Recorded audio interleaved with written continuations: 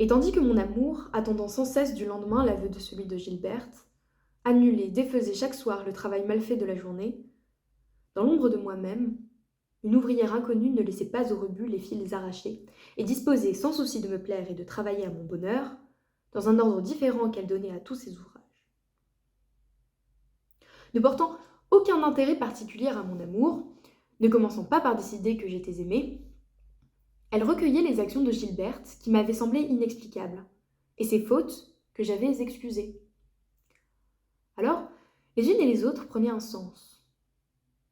Il semblait dire, cet ordre nouveau, qu'en voyant Gilberte, au lieu qu'elle vînt aux Champs-Élysées, aller à une matinée, faire des courses avec son institutrice, et se préparer à une absence pour les vacances du jour de l'an, j'avais tort de penser, c'est qu'elle est frivole ou docile. Car elle eût cessé d'être l'un ou l'autre si elle m'avait aimé, et si elle avait été forcée d'obéir, c'eût été avec le même désespoir que j'avais les jours où je ne la voyais pas. Il disait encore, cet ordre nouveau, que je devais pourtant savoir ce que c'était qu'aimer, puisque j'aimais Gilberte.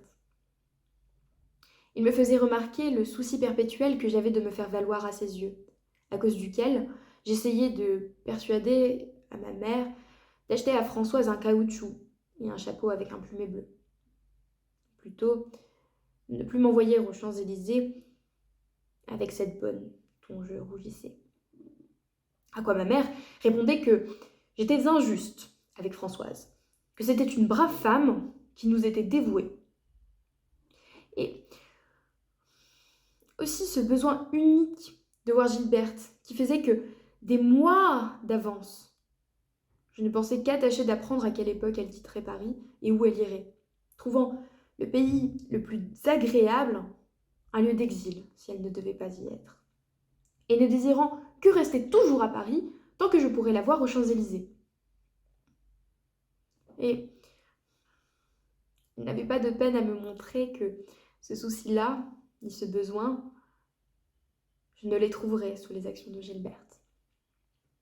Elle, au contraire, appréciait son institutrice, sans s'inquiéter de ce que j'en pensais. Elle trouvait naturel de ne pas venir aux Champs-Élysées si c'était pour aller faire des emplettes avec mademoiselle. Agréable si c'était pour sortir avec sa mère. Et à supposer même qu'elle m'eût permis d'aller passer les vacances au même endroit qu'elle. Du moins, pour choisir cet endroit, elle s'occupait du désir de ses parents, de mille amusements dont on lui avait parlé. Et nullement que ce fût celui où ma famille avait l'intention de m'envoyer.